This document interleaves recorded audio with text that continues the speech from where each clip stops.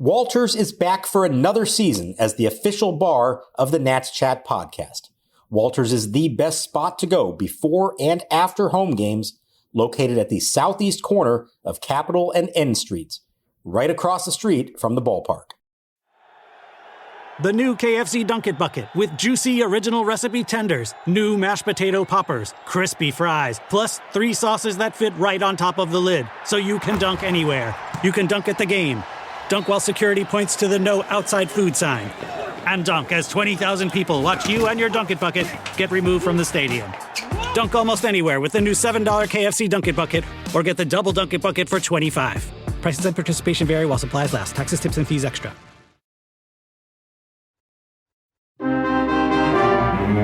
The kick, and here it comes. The runners go, and a swing and a drive it well to center field. Way back goes Alec Thomas. Warning track wall. It's over his head. It kicks off his feet. Rosario scores. Rounded third is Josh Bell. He will score on a booming 2-run double for James Wood off the base of the center field wall. And the Nationals are on the board first here in the bottom of the first inning. RBIs 2 and 3 for Wood with his second double of the year. And with a great catch and a 2-run double, he's had a pretty good first inning. It's the Nationals 2 and the Diamondbacks nothing. Alex Call, the batter. Infield coming in with 1 out. The wind of the pitch. Call swinging a little looper, shallow right. That's going to fall in for a base hit. Bell scores. Nationals lead 4-0. Alex Call has 2 opposite field RBI singles to right, as he has picked up his first 2 RBIs of the season here today. And as soon as that ball was hit into right, Rodriguez threw his arms up in the air as if to say, not again. Call got me again. Finnegan sets. Kicks, runner goes. Pitch is a ball high. Throw on down the tag. He is out at second base. And a curly W's in the books. Abrams getting the tag down. After review, the call on the field is confirmed. The runner's out. And there you have it. It's official now. Bang! Zoom! A curly W's in the books.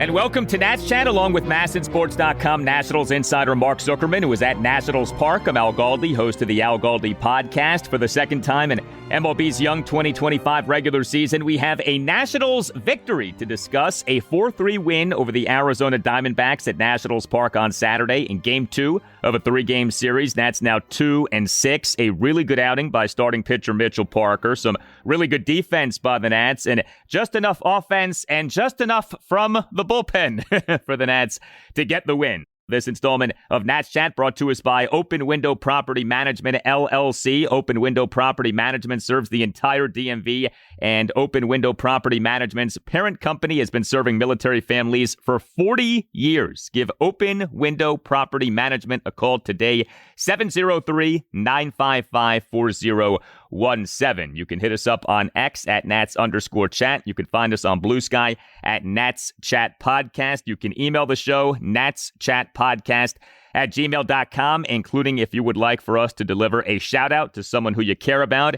a congratulations, a happy birthday, a get well soon, whatever you like, we can do for you. Hit up the man who runs this show, Tim Shovers. Again, the email address, natschatpodcast@gmail.com. So Saturday was a special day at Nationals Park with the induction of the 2005 Nats into the team's Ring of Honor. The 2005 Nats, as many of you know, in shocking the baseball world, went 50-31 to begin the 2005 regular season. Weren't always pretty, but were successful over those first 81 games. The 2025 Nats on Saturday had a similar motif. Not exactly pretty. The Nats did strike out 16 times, but the Nats won the game. Mark, good to get a win. The Nats needed this, their first win since last Sunday afternoon, that 5-1 win over the Philadelphia Phillies at Nationals Park. They really needed it, and it was nice to see, even though they were ahead the whole way, it got a little tight there towards the end. It was nice to see them execute when they absolutely needed to late in the game, most notably on the very final play of the game when Riley Adams threw out Alec Thomas trying to steal second base. So we've talked about how they've been in all of these games, and they just haven't delivered, whether it's the hit they needed, the pitch they needed, the play in the field that they needed. They did it in this game at the absolute most opportune moment when they needed to and came away with a win. And so good for them for that. They need more of these kind of games, to be honest. Absolutely. We've talked about how the Nats in their losses seemingly have done just enough to lose. The Nats on Saturday did just enough to win. So it is nice that we can say something like that. The Michael Soroka injury sort of complicates things, but we're nearing the point at which you could say, okay, we're twice through the Nats rotation. And here's the bottom line. The Nats' best pitcher so far this season has been Mitchell Parker. He has been fantastic in each of his 2 outings. And how about the work of Mitchell Parker in this win on Saturday? He went out there and he was really good. I mean, look, it wasn't perfection, but it was very good starting pitching. 1 run in 6 innings. He gave up just 2 hits, both of which were singles. He did issue 4 walks, so that would be the principal nit to pick. He only recorded 2 strikeouts, but he's not a strikeout pitcher. And he did throw a good number of balls, 82 pitches, 48 strikes, 34 balls. But how about the final out of Mitchell Parker's outing? How good was this to see a nice defensive play by a guy who last season, shall we say, was not so good defensively? Here's the set and the 3-1 to Naylor. Swinging a line shot, hits Parker in the foot. He'll pick it up, he'll throw to first, and he gets the out. Parker in the top of the 6th, runners at the corners, 2 outs, Nats up 4-1, took a Josh Naylor liner off the body, but then gathered himself and fired a terrific throw to first base for the out. The grounder per StatCast had an exit velocity of 104.4 miles per hour. That was the Diamondbacks' highest exit velocity of the game. Parker took that exit velo like a champ, got the out. So good defense and 1 run in 6 innings. How about Mitchell Parker? So he takes it off his right shin. You want to take 104 mile an hour anything off your right shin when you're not expecting it, and then have the composure to pick up the ball and throw a strike to first base. Good on him. And as it's happening, I'm thinking to myself, you know what? This is the best kind of way for him to make a play in the field. He didn't have time to think about it and to panic about it. It was just pure reaction. Oh my God, I got hit with it. Pick up the ball, throw it over there. And he kind of admitted afterwards the same thing, that in a way, it was better for him, but he took a lot of pride in making that play. He's worked very hard at this, as we know. He may never become a great fielding pitcher, but he does care for those who would maybe question that. And yeah, I actually think all that time on the backfields in West Palm Beach when they're probably just hitting these little rollers to him, hey, work on your bunt fielding and all that. Maybe they should have been just whacking it as hard as they could right off his body and make him learn that way. What's the old dodgeball movie? If you can dodge a wrench, you can dodge a ball, something like that might have been the way to go all along with him. So good for him for that. And more seriously, good for him for coming out and pitching the way that he has in these 2 games. You would not think Mitchell Parker being the stopper of the team, and maybe in the long run, he's not going to be, but that's what he's been so far. Both of the games that they have won, he's been the winning pitcher, both of them on the heels of losing streaks, and he's going deeper in games, giving up fewer runs. Yeah, he's gotten into some trouble with base runners and he's walked some batters. But kind of like we saw last year, I think his number 1 quality is composure. For someone who was not highly touted, who doesn't have the best stuff on the staff, he has really never looked all that fazed by anything at the big league level, aside from the occasional defensive play that he has to make. So good for him. And maybe we are seeing here that this guy didn't just make the rotation because somebody had to make it by default for the 5th spot, but maybe he has actually earned it, and he's going out there and doing a lot of the stuff that we actually saw from him last year. It's funny how things work, right? He was the last guy to make the Nats regular season opening rotation, and he has been the best guy in that rotation so far. Parker in that 5-1 win over the Phillies last Sunday afternoon, 6 1/3 shutout innings, 5 strikeouts. Regarding him taking that liner, would he have remained in the game had that happened earlier in the game? Like, was he ailing to the point to where he had to come out of the game regardless, or he would have stayed in the game? It's a good question. He insisted afterwards to Davey as he came off the field, like, I'm good. But that's the kind of thing that, like, you're feeling the adrenaline in the moment, and then over time it starts to affect you. He had the shin wrapped up after the game. He's getting ice, getting compression. He admitted it hurts, but he also said, I'll be fine for my next start. But would he have kept going? He certainly was going to be done that inning. You could tell he was starting to fade before that point anyways. I'd like to think that if it's earlier in the game, he probably comes back and starts the next inning, and then it's just a question of pain tolerance and would that have affected at all his throwing motion. It's his right leg, so it's not his push-off leg, it's his landing leg. If there were any signs that was throwing off his mechanics in some way, they probably pull him, but I'm going to guess they would have let him take the mound at least for the next inning and sort of wait and see once the shock of it wears off, what kind of bruises he left with and how does that feel. Four Nats relievers in this 4-3 win over the Diamondbacks on Saturday combined to allow 2 runs in 3 innings. So the streak does continue. Nats relievers have allowed at least 1 run in each of the team's games this regular season. But we did have Jorge Lopez and Kyle Finnegan sightings. Those guys pitched for the first time in seemingly forever. The Nats had an early lead. We'll get to that. And were able to deploy the team's top 2 relievers in this game. Mixed results. Lopez allowed a run in 2/3 of an inning. He in the top of the 7th allowed a run on back-to-back 1-out singles and a 1-out RBI fielder's choice grounder. And he then issued a 2-out walk. But Jose A. Ferrer put out the fire. We have seen mixed results from Ferrer so far this season, but Ferrer in this game only faced 1 batter, but he got a key out. He came into the game in the top of the 7th, runners on first and second, 2 outs, Nats up 4-2, and he induced a flyout by arguably the Diamondbacks' best hitter, Corbin Carroll. So really good stuff from Ferrer. Eduardo Salazar was good. He tossed a scoreless, hitless, and walkless top of the 8th. And then we had Kyle Finnegan. He allowed 1 run in 1 inning, got the save, but he in the top of the 9th allowed a run on a walk, a wild pitch, and an RBI infield single. But the game ended with a really good defensive play by the Nats. Catcher Riley Adams. Yes, I said catcher Riley Adams. He got the start at catcher on Saturday. Great throw to nail Alek Thomas in an attempted steal of second base, at which shortstop C.J. Abrams applied a great tag. There were some standout defensive moments for the Nats in this game, but an exclamation mark of a defensive play to end the game. And only 3 days after Jacob Young was thrown out to end the game in Toronto, they flipped the script. They did it to the opposition for a change. And that game was teetering on the brink of potential disaster there, even though Finnegan wasn't bad, but you had that little grounder to first, and he was a half step late off the mound, and Nathaniel Lowe hesitated for just a moment there, and that allowed Alek Thomas to reach on the hit, and all of a sudden, I think everybody kind of knew he's going to try to get himself in the scoring position now to score the tying run. So here's what it took to get him. All 3 guys, I think, playing a part in it. Finnegan executing a high fastball. It was a great location for Riley Adams to hop up and be in a good position to make the throw. So it starts with the good pitch. The pop time from Adams was outstanding. That was probably the quickest I've ever seen him get the ball out of the mitt, out of his hand, and he threw it with some force. And it wasn't a perfectly located throw.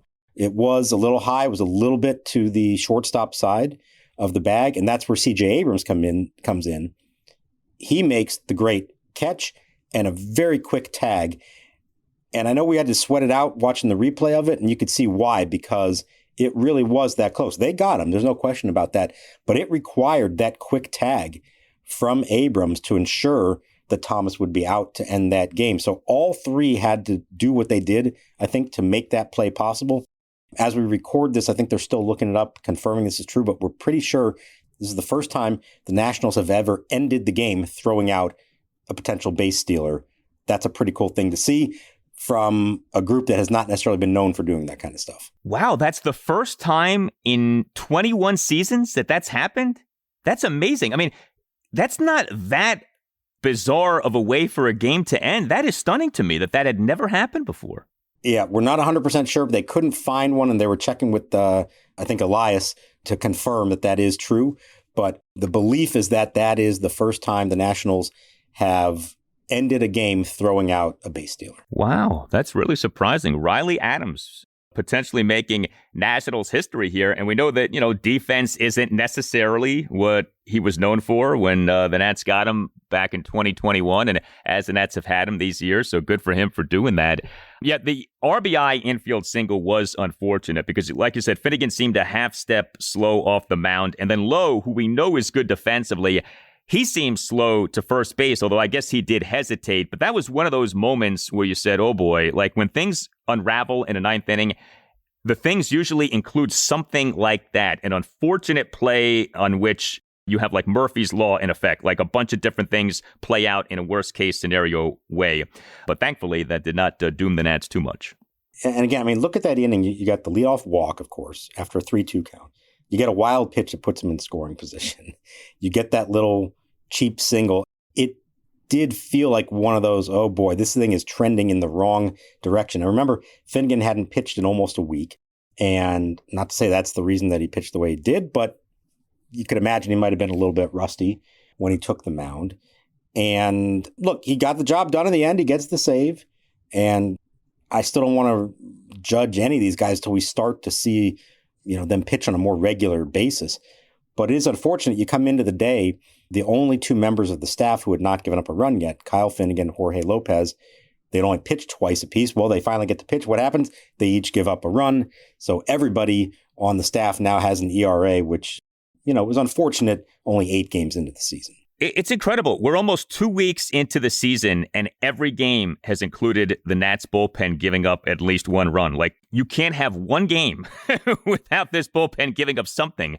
That drives you nuts if you're a Nats fan, if you're Davey Martinez, certainly.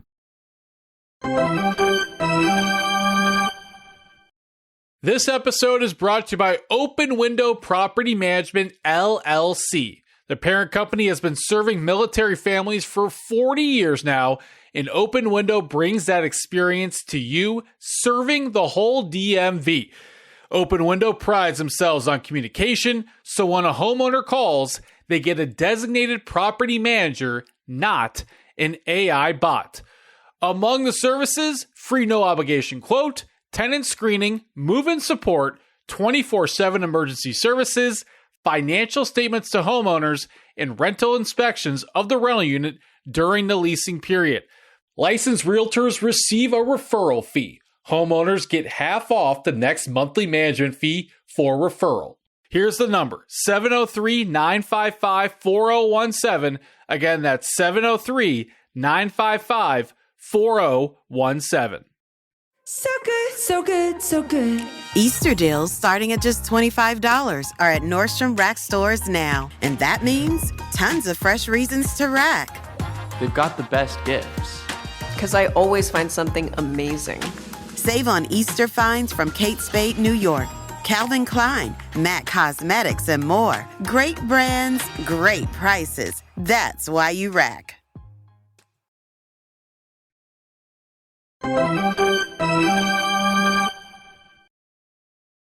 Pitch of the way, swung on it high in the air to left center field. This is deep. Wood going back. Warning track toward the fence. He's there. He reaches up and he makes the catch up against the top of the fence in front of the visitors' bullpen. James Wood making a big-time play with that big, long reach of his, leaving his feet. And that one may have hit the top of the wall, may have gone over. Terrific play by James Wood. So the Nats offense in this 4-3 win over the Diamondbacks on Saturday, 4 runs on just 6 hits and 2 walks, despite striking out a whopping 16 times. But the 6 hits were a triple, 2 doubles, and 3 singles, and the Nats went 3 for 7 with runners in scoring position. And so because half of the hits were extra base hits and because the Nats did pretty well with runners in scoring position, the Nats overcame having just the 6 hits, just the 2 walks, and again, striking out a whopping 16 times. James Wood, he is the Nats starting left fielder and number 5 batter, as we had a very interesting lineup from Davey Martinez. Wood went 1 for 3 with a 2-run double, and he had a terrific defensive play. All of this happened, in fact, in the first inning. Wood, in the top of the first, a home run robbery. He, with his left arm outstretched out above his head, made a leaping catch of a 2-out fly ball off the bat of Lourdes Gurriel Jr. while crashing into the left field wall. So good to see that from James Wood. We know that his defense in left field over these last 2 seasons hasn't always been great. Certainly was great in that moment. And then Wood in a Nats 3-run first, as the Nats scored 3 runs in a first inning for a second consecutive game. A 2-out, full count, 2-run double off the center field wall for a 2-0 Nats lead, despite having been down in the count at 1.02. Wood tattooed that pitch to cap quite the first inning for James Wood on Saturday. Yeah, he crushed that ball off the bat. I thought it was going to keep going and hit the batter's eye. Didn't quite get there, but that's the deepest part of the ballpark to do that in. So that was really nice to see from him. And, the catch, I don't know if it was officially home run robbery. It was close. I never got a good side angle view of it to see whether he was actually over the fence or not. It was at least a double, though. And, you mentioned it. The defense so far in the big leagues has been uninspiring, I guess, is maybe the best way to put it.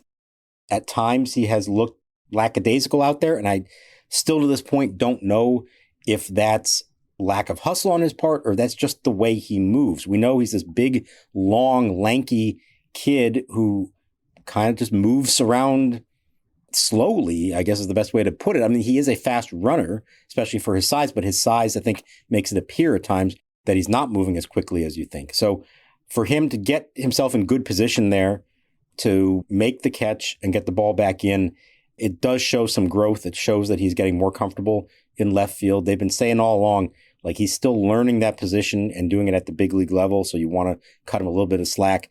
So it was nice to see that happen for him and then to come right back in the bottom of the inning, of course, with the big hit. Yeah, I don't know how official this is. MLB.com did label the catch a home run robbery. So that was just the headline on the highlight. So again, I don't know how official that is, but at least according to MLB's official website, home run robbery. But whatever the case, really good work by James Wood defensively in that spot. Alex Call was a Nats starting outfielder on Saturday. He was the Nats starting right fielder and number 6 batter. He went 2 for 2 with 2 first pitch opposite field RBI singles and a walk. And he had a stolen base, a call in that Nats 3-run first, a 2-out first pitch opposite field RBI single to right field for a 3-0 Nats lead. Did get tagged out in a rundown between first and second base. But Call in a Nats 1-run fourth, a 1-out first pitch opposite field RBI single to right field for a 4-0 Nats lead, and he had a steal of second base. Now, Cole starting in right field meant that Dylan Cruz started in center field. Cruz was in the number 7 spot, and he had another rough game. 0 for 3 with a couple of strikeouts, got thrown out in an attempted steal of second base. And also standing out offensively in this game, Josh Bell had a triple.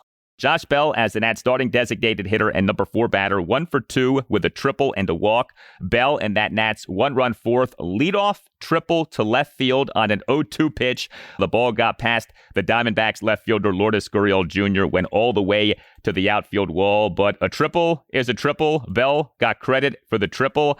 And for the Nats, they have 1 triple so far this regular season. It's from Josh Bell. So I don't know how many people had that on the bingo card, but there you go. That got probably the biggest cheer from the crowd the entire game, including the pregame ceremony stuff. That was quite a moment for him. And then, I think as most of us do, you see that and you immediately want to look up, okay, when's the last time this guy hit a triple? And you know what? He had 2 of them last year and 19 of them in his career. This is his 20th career triple. Josh Bell, yes. I guess it's a sign that he does hit the ball hard and he hits the ball to all parts of the park. And while he may not be the fastest out of the box, once that big man gets going, it's hard to slow down. So maybe there's something about that allows him to finish the job. And good for him. That was a big moment, absolutely, for him. And like I said, I think it actually got the biggest roar out of the whole crowd. Real quick, let me go back, because while you were talking, I looked up the home run robbery. According to StatCast, 377 feet. And it would have been a home run in 16 of 30 major league ballparks, but not Nationals Park. Nationals Park, one of the 14, it would not. Now, is that because he literally caught it, or is it because where the ball would have landed would not have made it? I don't know, but I think it's pretty safe to say it was right there on the edge, pretty close, but not quite. Yeah, wow, 16 out of 30. So, just about half of the parks. That's pretty funny how that ended up playing out. What did you think of Davey Martinez's lineup for this game? Some of the things that stood out. So this was another game in which we had Amed Rosario as the starting second baseman and number 2 batter. You know how I feel about that. Nathaniel Lowe was the starting first baseman and number 3 batter. Lowe's been going well. So to me, him in that 3 spot, perfectly acceptable. Bell was the cleanup batter. Wood was in the 5 spot. That's something I did not like. I'm sure Davey Martinez had his reasoning, but Wood is your best hitter, or at least arguably your best hitter. The 5 spot just seems too low for him. Alex Cole batted 6th. And then, like I said, Riley Adams was the starting catcher. He batted 9th. What were your impressions of this lineup? I think this was another case, as we've seen so far, of it's not necessarily the lineup that Davey Martinez would write out on a regular basis. But for this particular game, for a team that is desperately trying to score runs and win a game, you do what you have to do. And I think he felt like it was the best matchup against a lefty. Putting Rosario up there, I have the same feeling, like, is this guy really a number 2 hitter? But he went 2 for 4, and he's looked pretty good when he's played so far. So it did work out. And I really think it's a reflection, all of this, of the struggles of James Wood and Dylan Cruz. Ideally, they're both hitting somewhere near the top, 2-3, I think was the plan coming into all this. They just have not done it quite at this point where you feel comfortable. And so in Wood's case against a lefty, and in Cruz's case, because he still only has one hit, you try to take pressure off them, move them down, and trust some guys that you don't think of as big-time hitters. Amed Rosario, Alex Call, higher up in the lineup. But you know what? They've been getting the job done. And at some point, you got to say the best. It's not necessarily who's going to be the best hitters at the end, but who's the best hitters right now. Rosario and Call are probably two of their better hitters at the moment. And that's why they're batting ahead of guys like Dylan Cruz and James Wood. To piggyback off an email that we got from our guy John, you can always email us, natschatpodcast@gmail.com. With Rosario having looked pretty good when he has played, he had a double and a single on Saturday, and with Paul DeJong at third base struggling offensively, DeJong on Saturday as the Nats number 8 batter, 0 for 3 with 3 strikeouts. Rosario can play all over the place. Do you think we could see Rosario get some starts at third base? I suppose it's possible. They certainly know that he can play the position. It does feel, though, like they believe DeJong's defense there is worth everything else. He hasn't hit a whole lot for them, so that's an issue. And he went 0 for 3 with 3 strikeouts in this game. But they do think the defense is important. And we've seen, it hasn't been much, but we have seen Jose Tena be the guy to replace him at third base. And I feel like that's maybe more by default than anything, because where else is Tena going to get a chance to play? And so they kind of view Rosario mostly as a second baseman right now. It would be interesting to see if they would try that at some point. I still don't think they view Rosario as an everyday player. I think they like him against lefties. And because for reasons that are valid or not, they're still not convinced that Luis Garcia is an everyday player against lefties. So Rosario's starts are going to come at second base. I don't think you're going to sit DeJong against a lefty. And so now it becomes a question of, would you start Rosario at third base against a right-hander where he's not as good anyways? And certainly you lose something defensively there. So my guess is we don't see it, but, we're 8 games in. And as I said, you had a lineup here in this game that was a reflection of who's playing well and who isn't. And you get to a certain point and you just have to go with who's playing the best. So if this were to continue for several weeks or a month and you say, hey, Amed Rosario deserves to play more regularly, let's find a spot for him, and Paul DeJong is not hitting, no matter how good the defense is, yeah, you give that a look, you see how that goes. But I don't think they're at that point yet. I think they try to stick with, what they believe the favorable matchups are and sort of what the plan going into all of this was.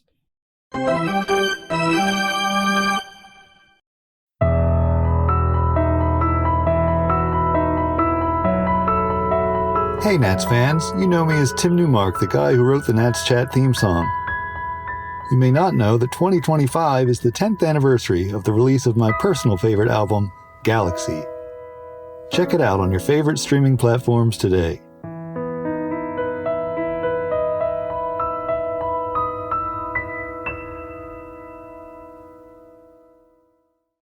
Just in, and so good. Thousands of spring finds up to 70% off are at Nordstrom Rack stores now. And that means thousands of fresh reasons to rack. How did I not know Rack has Adidas? Why do we rack? For the hottest deals. Save on Madewell, Vince, Kate Spade New York, Sam Edelman, Joe's, and more. Great brands, great prices. That's why you rack.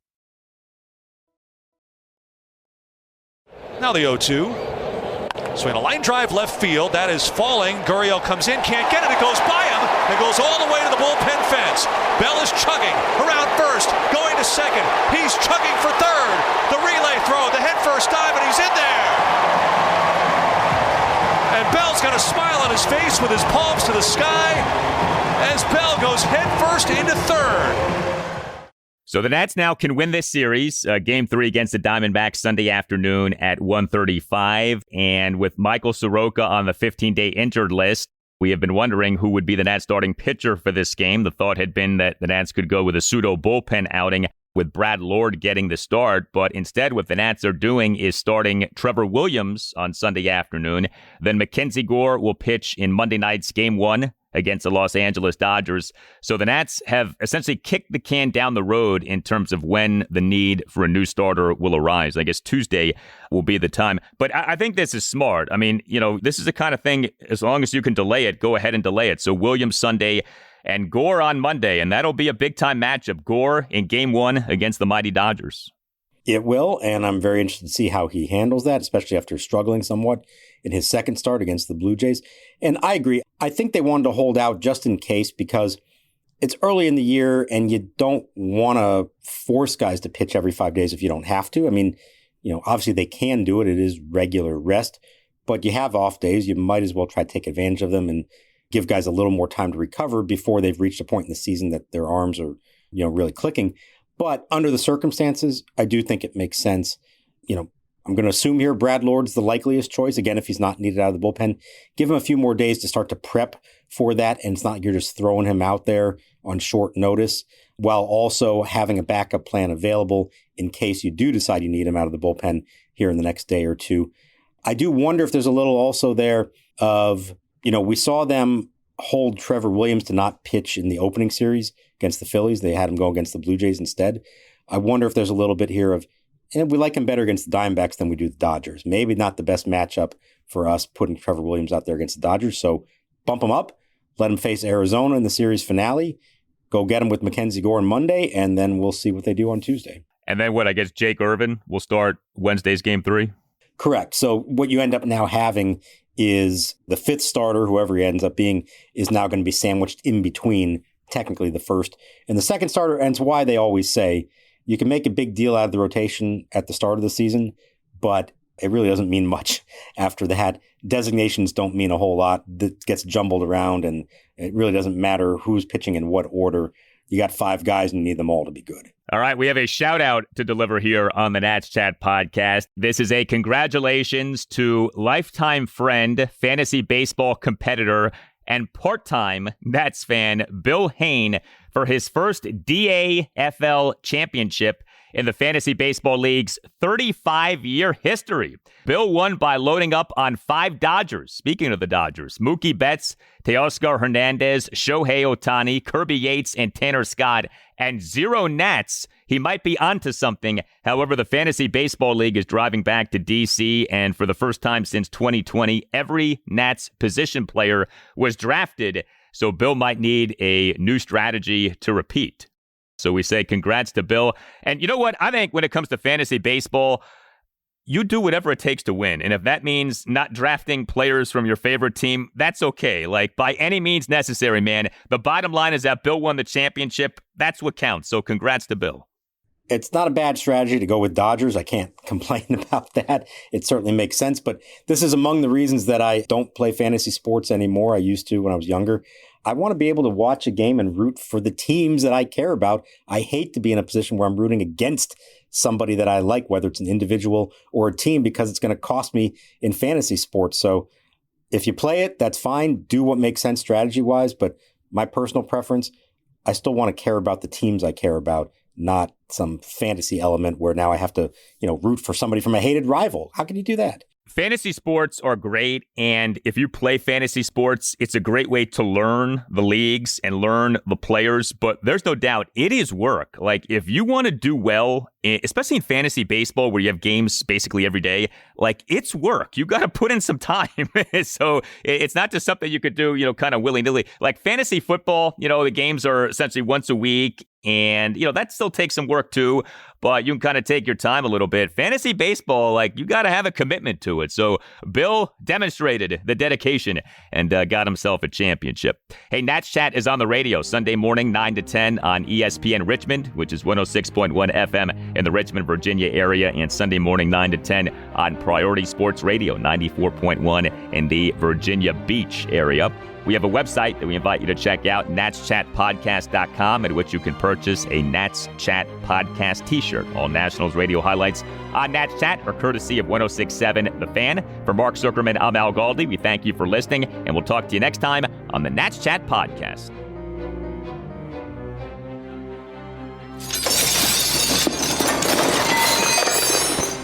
If you can dodge a wrench, you can dodge a ball. What? Oh!